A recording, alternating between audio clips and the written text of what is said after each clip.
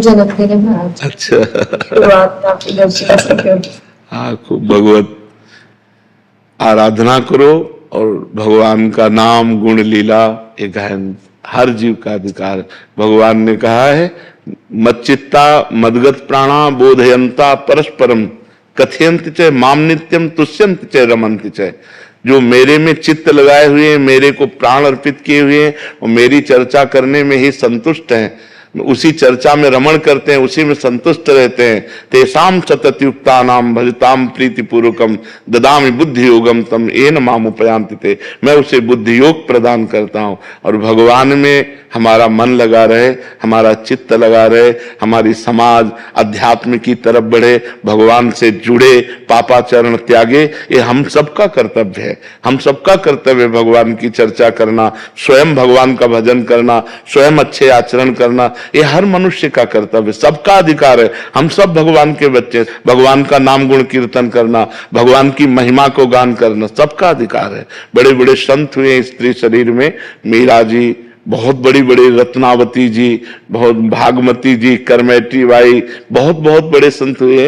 तो ऐसा नहीं है पुरुष नपुंसक नारीवा जीव चराचर कोय सर्व भाव भज कपट तज मोहि परम प्रिय सोय। भगवान कहते हैं मुझे परम प्रिय है, चाहे स्त्री हो चाहे पुरुष हो चाहे कोई भी हो, जो मेरा यश गाता है, मेरा भजन करता है। खूब नाम जप करो, दूसरों को करवाओ।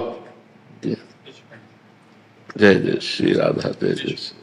महाराज जी, जैसे अभी तक हम पढ़ाई करते थे जी, तो हमारे पास एक लक्ष्य था, एक उद्देश्य था जी। अब हमारा सिलेक्शन हो गया, जी। हमने परीक्षा पास की, हम अधिकारी बन गए पीसीएस के थ्रू, जी। लेकिन अभी भी आंतरिक अंतरात्मा में संतुष्टि और वो सुख और वो, हाँ, चूंकि ये स्थायी चीज नहीं है ना। मान लो आपका शरीर है 80 वर्ष 100 वर्ष, ये पद और ये शरीर, ये वैभव, ये पढ़ाई, ये नाशवान है, ये स्थायी नहीं है।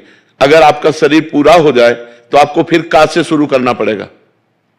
आप ग्रेजुएट हो करके शरीर पूरा किए तो आप ग्रेजुएट होके नहीं जन्मेंगे, आपको फिर का ज्ञान, वर्णमाला का ज्ञान, अक्षर का ज्ञान आपको प्राप्त करना पड़ेगा।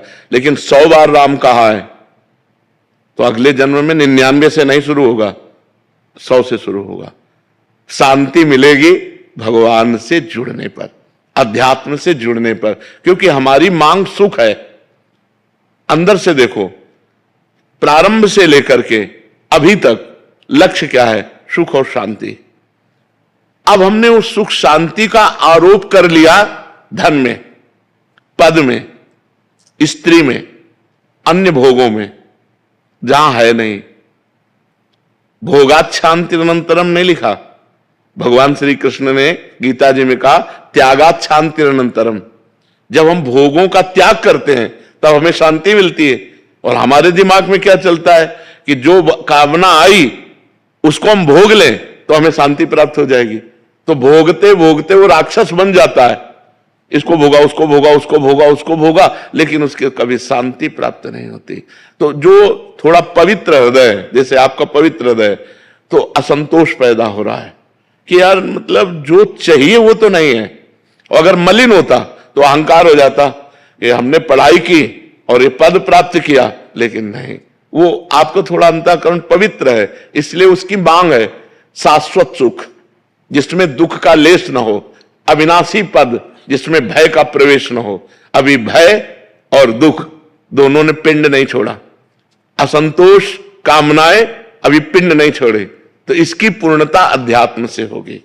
कामना का कोई दुख नहीं, बस अब जीवन का उद्देश्य नहीं समझ में आता। जैसे जब पढ़ाई करते तब उद्देश्य था कि हमें अमुक पद प्राप्त करना है, वो मिल गया, अब आगे समझ में नहीं आता कि अब क्या प्राप्त, हाँ, अब से क्या करना है। हाँ, अब वो प्राप्त करना है जो शरीर छूटने के बाद है। शरीर रहने रहने तक का तो प्राप्त कर लिया, कि खाने की, पीने की, समाज सेवा की कर ली, लेकिन शरीर छूटने के बाद क्या गति होगी इसका आपके पास है कुछ प्रमाण? अब वो प्राप्त करना है। नाम जप करो और जो समाज में पद मिला है उसकी निष्काम भाव से सेवा करो। कभी अधर्म जनित क्रिया ना होनी चाहिए। अधर्म जनित क्रिया जैसे घूस ले लेना, आपकी समझ में आ रहा है ये आदमी निर्दोष है और फिर भी उसे दंड विधान करना, आपके समझ में आ रहा है ये दोषी है, फिर भी उससे पैसा लेकर उसे छोड़ देना, जो जहां जिस अधिकार में है, धर्मयुक्त अगर अपने कर्तव्य का पालन करे और नाम जप करे तो ज्यादा उसे अगरबत्ती जलाने की जरूरत नहीं है। वो इसी क्रिया से भगवत प्राप्ति की योग्य हो जाएगा, इसी क्रिया से भगवत प्राप्ति की योग्य। अर्जुन जी कह रहे हैं कि मैं सन्यास लेकर भजन करूंगा, भगवान जी कह रहे हैं मारो इनको, मारो, ये अधर्मी है, अधर्म पक्ष में है, इनको मारो। तो युद्ध का मतलब है अपने कर्तव्य का पालन करना। यदि हम अपने कर्तव्य का पालन करते हुए भगवान नाम जप करते हैं तो परम संतोष प्राप्त हो जाएगा। आप देख